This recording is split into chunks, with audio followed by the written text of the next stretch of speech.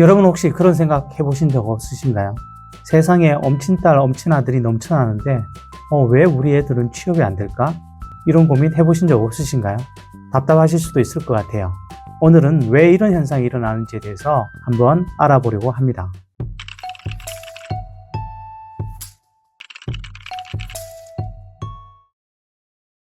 일단 지금 화면에 보이시는 이 도표를 한번 봐주시죠. 한국과 일본의 신규 구인 배수 추이입니다. 지금 2001년부터 2023년까지의 구인 배수 추이인데요. 이 구인 배수는 구직자 한 명당 일자리의 개수라고 생각하시면 될 것 같아요. 2023년을 보면 일본은 사람 한 명당 일자리가 2.38개, 그에 비해서 한국은 사람 한 명당 일자리가 0.58개가 있다는 것이죠. 이것만 봐도 조금 심각한데 2025년 구인 배수를 보면 역시나 더 심각해지고 있다는 것을 확인할 수 있는데요. 보시면 아시겠지만 2025년 한국의 구인 배수는 0.32, 일본은 여기에 나오지 않지만 1.24로 나옵니다. 그러면 역시나 4배 정도 차이가 나고 있죠. 그 다음에 보시는 도표는 감소하는 청년 고용률에 관한 지표입니다. 2024년 5월부터 2025년 1월까지 계속해서 고용률이 떨어지고 있죠. 이렇게 험난해진 취업 환경, 한마디로 좋은 일자리가 적어졌다는 건데요. 이거 왜 이렇게 됐을까요? 일단 그 이유를 한번 살펴보겠습니다. 청년들이 선호하는 일자리가 줄어드는 원인 첫 번째는 저성장의 시대로 가고 있다는 겁니다. 2010년 글로벌 금융위기 이후에 조금 반등이 일어나면서 한국의 GDP 성장률이 6.8%였던 것으로 알고 있어요. 그리고 2011년 이후부터는 거의 2%에서 3% 사이를 왔다 갔다 했던 것으로 알고 있고요. 2020년 이후로는 기본적으로는 1, 2% 선이었습니다. 그런데 코로나가 회복이 된 직후에 조금 올랐던 적은 있는데 4% 정도 이상 올랐던 적이 있는 것으로는 기억을 하는데 그 이후에는 거의 1, 2% 정도가 일반적이라는 것이죠. 이런 상황은 앞으로도 계속될 여지가 큽니다. 당연히 일자리가, 특히 청년들이 선호하는 좋은 일자리가 줄어들겠죠. 그 다음 아마 기억력이 좋으신 분들은 기억이 나실 수도 있는데요. 2019년 이후, 그러니까 2019년 현대차가 공채를 폐지하겠다는 발표를 했습니다. 사실 공채라는 것은 성장하던 시대에 좋은 인재들을 저인망식으로 그냥 확 끌어모으던 시스템이었는데 이제 그럴 필요가 없어졌다는 거죠. 그러면서 2020년에 LG 그리고 22년에 SK 이렇게 대기업, 이른바 4대 기업 중에 삼성을 제외한 나머지 3개의 그룹이 공채를 폐지했습니다. 당연히 이것은 다른 기업으로도 확산이 되어 갔을 것이고요. 그러다 보니 이제 시장은 기업이 필요할 때만 사람을 쓰는 구조로 바뀌어 갔고요. 이런 구조에서는 경력직이 훨씬 유리한 상황에 처하게 됩니다. 다음 세 번째는 산업 구조가 바뀌고 있는 것이죠. 제조업, 건설업, 조선업, 우리가 잘 알고 있는 전통의 산업들은 기본적으로 많은 인력을 필요로 했습니다. 그런데 이제 기술의 중심이 IT 쪽으로 옮겨가면서 이전처럼 많은 인력을 필요로 하지 않는 시장이 됐습니다. 아시다시피 IT 쪽은 직원 수가 몇 명이냐로 그 기업의 내실을 파악하지는 않는다라는 것이죠. 저는 이런 얘기 들을 때마다 2012년에 인스타그램을 인수한 당시 페이스북의 사례가 기억이 나는데요. 그때 페이스북이 지금 메타죠. 그때 페이스북이 약 10억 달러 정도, 그러니까 그 당시 한국 돈으로 1조 1,480억인가 그 정도를 주고 인수를 했었습니다. 근데 그때 인스타그램 직원의 숫자는 대표를 포함해서 13명이었던 것으로 기억을 합니다. 자, 이런 시대다 보니까 굉장히 많은 인력을 필요로 하는 시장은 아니라는 것이죠.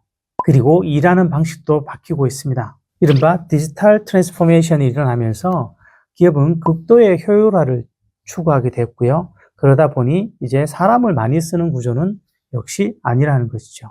지금 보시는 도표, 그러니까 연령 계층별 취업자 및 고용률 현황인데요. 여기에 보시면 고용률이 2024년 1월에 비해서 1년 만에 가장 많이 떨어진 대상층은 20세에서 29세 사이입니다. 그에 비해서 오히려 60세 이상은 좀 더 늘었죠. 이게 요즘 직업시장의 현실인데요. 직업시장의 통계적 지표를 이끄는 것은 최근에 60대입니다. 그리고 가장 어려움을 겪고 있는 세대 중에 하나는 20대라는 것이죠. 그런데 오해는 없으셨으면 좋겠어요. 이 60대의 일자리가 20대가 가고자 하는 일자리는 아닙니다. 일부 상쇄 현상이 있을 수는 있지만 20대가 바라는 좋은 일자리와 60대가 현재 일하는 일자리는 겹쳐지지는 않는다라는 것이죠. 자, 첫 번째로 제가 말씀드린 원인은 좋은 일자리가 줄어들었다라는 것이죠. 그리고 두 번째 원인은 높은 진학률과 이중 노동시장 구조입니다. 일단 한일대학 진학률을 한번 비교를 해볼까요? 지금 보시는 도표에서 나올 텐데요. 2023년을 기준으로 했을 때 전체 대학 진학률은 한국은 72.8%, 일본은 87.3%입니다. 그리고 4년제 대학 진학률은 한국이 62.25%로 일본의 56.6%보다 오히려 높습니다. 이 얘기는 뭔가요? 결국 4년제, 이른바 관리직 일자리를 선호하는 4년제 대학 졸업생들이 한국은 더 많다라는 것이죠. 그런데 한국에는 이중노동시장 구조라는 것이 엄연히 존재를 합니다. 이 이중노동시장 구조라는 것은 1차 노동시장, 즉 대기업과 정규직을 중심으로 하는 1차 노동시장과 중소기업과 비정규직을 중심으로 하는 2차 노동시장이 확 갈린다는 것이죠. 지금 도표에서 한국의 대기업과 중소기업의 연봉 비교를 한번 보시죠. 2024년 기준인데 대기업이 100%라면 한국의 중소기업은 대기업 대비 62.2% 정도의 연봉을 지급하고 있습니다. 그에 비해서 일본의 대기업과 중소기업의 연봉 비교를 한번 보시죠. 이건 2023년 기준이긴 한데 대기업 100%, 중기업 90%, 소기업 85%, 생각보다 차이가 크지 않죠. 그런데 이렇게 말하면 그럼 역시 일본이 살기 좋은가? 이렇게 생각하실 수도 있는데 꼭 그건 아닙니다. 한국과 일본의 노동시장은 약간 차이가 극명하게 드러나는 부분이 있어요. 지금 이 도표를 한번 보시죠. 한일 대기업, 중소기업 연봉 격차 비교 요약인데요. 한국의 대기업은 평균 연봉이 7,100만 원, 2024년 기준입니다. 그리고 일본의 대기업은 4,150 정도입니다. 차이가 많이 나죠. 거기에 중소기업 평균 연봉조차도 한국은 4,427만 원, 그에 비해서 일본은 3,528만 원입니다. 한국의 중소기업이 대기업에 비해서 연봉 격차가 크다고는 하는데도 심지어 일본의 대기업 평균 연봉보다 한국의 중소기업 평균 연봉이 더 높다라는 것이죠. 좀 극단적으로 얘기하면 한국은 연봉 상승에 초점이 맞춰진 고용시장이고요. 그에 비해서 일본은 연봉은 낮더라도 고용 안정에 좀 초점이 맞춰져 있는 시장이라고 보시면 될 것 같습니다. 이런 상황에서 청년층의 대졸 비경제활동 인구가 굉장히 늘고 있다고 하죠. 2024년 7월 22일 뉴스에 따르면 대졸 비경제활동 인구가 59만 1000명이라고 합니다. 그리고 또 하나 재밌는 자료를 한번 보시죠. 2023년 발간된 한국노동연구원의 한국의 분절된 노동시장과 노동이동 분석이라는 자료에 따르면 중소기업 정규직이 대기업 정규직으로 상향 이동하는 경우는 4% 수준에 불과하다고 합니다. 이 얘기는 결국 뭔가요? 한번 중소기업에 발을 들이면 대기업으로 옮겨가는 것이 그리 쉽지 않다라는 얘기인 거죠. 그러다 보니까 청년들에게는 빠른 선택을 하는 것보다 늦더라도 좀 더 좋은 일자리에서 시작해야 된다는 압박감이 생길 수밖에 없는 것이죠. 이른바 우리가 상위 노동시장으로 이동하는 방법은 두 가지가 있을 것 같아요. 첫 번째는 내가 중소기업이라도 들어가서 경력을 쌓고 대기업을 이동하는 이른바 올드루키 전략이 있는 것이고요. 그에 비해서 두 번째는 그냥 버티다가 어떻게든 대기업으로 늦더라도 진입을 하는 케이스인데 현재로선 청년들이 이 후자를 선택하는 경우가 많다라는 것이죠. 세 번째는 과도한 이과 선호 현상입니다. 사실 이거는 오래전부터 문송합니다. 우리가 문과라서 죄송합니다라는 얘기가 있을 정도였는데요. 지금 도표를 한번 보시죠. 일본 문과와 이과 졸업생의 취업률 비교입니다. 23년 기준이긴 한데 이과는 98.1%, 문과는 97.1%, 그야말로 1% 정도밖에 차이가 나지 않습니다. 그런데 2022년 기준의 한국의 계열별 졸업생들의 취업률을 보면 공학 부분은 72.4%, 인문계열은 59.9%, 12% 이상 차이가 나죠. 그리고 최근에 모 대기업, 학생들이 선호하는 모 대기업에서 627명의 신입사원을 뽑았는데 인문사회계열 딱 4명이었다고 하죠.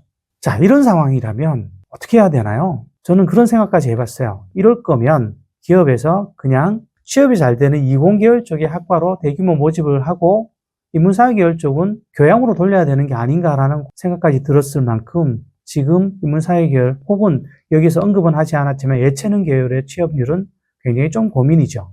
근데 이들의 비율, 인문사회 계열은 2022년을 기준으로 하면 전체 재학생들의 34%, 거기에 예체능까지 합치면 46%나 되거든요. 그 비율은 최근까지 조금 줄어들긴 했겠으나 여전히 무시할 수 있는 비율은 아니라는 겁니다. 그러면 이제 소위 명문대라고 하는 곳에 인문사회 계열 학생들도 취업이 쉽지 않은 환경에서 우리가 흔히 만나게 되는 보통의 평범한 인문사회 계열 혹은 예체능 계열 출신자들은 과연 취업에 어떤 해법을 찾아야 하는 걸까요? 이런 부분에서는 고민이 남을 수밖에 없는 문제인 거죠. 자, 오늘 저는 여러분의 자녀들이 취업이 잘 안 되는 이유에 관해서 3가지를 살펴봤습니다. 첫 번째는 취업 환경이 험난해져서 특히 선호하는 일자리가 줄어들었다는 것이고요. 두 번째는 높은 대학 진학률과 한국의 이중 노동시장 구조, 그리고 세 번째는 문과, 이과의 차별화 현상, 이 3가지를 말씀을 드렸는데요. 사실 이런 것들은 생각해보면 현재 취업이 안 되고 있는 여러분의 자녀 혹은 우리의 자녀들만의 문제는 아닙니다.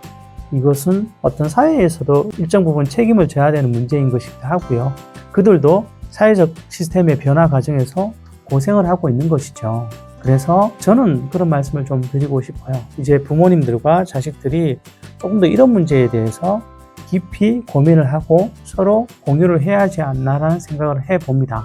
특히 문과인 자녀분들을 두고 있다면 조금 더 창의적인 취업에 대한 접근 방법을 고민해 봐야 될 시기인 것 같습니다. 근데 여기서도 문제는 남죠. 과연 부모들 중에 자녀들과 이런 부분에 대해서 허심탄회하게 이야기를 나눌 수 있는 부모들이 얼마나 있을까요? 어쩌면 그게 더 문제인지도 모르겠습니다. 여러분은 이런 상황에 대해서 어떤 생각들을 갖고 계신가요? 이제 저도 아이 둘을 둔 부모고 이 영상을 보시는 분들도 저랑 비슷한 또래들이 많으실 텐데 여러분들의 생각을 저 역시 듣고 싶습니다. 많은 의견 남겨주셨으면 좋겠습니다. 오늘 영상은 이것으로 마치겠습니다. 고맙습니다.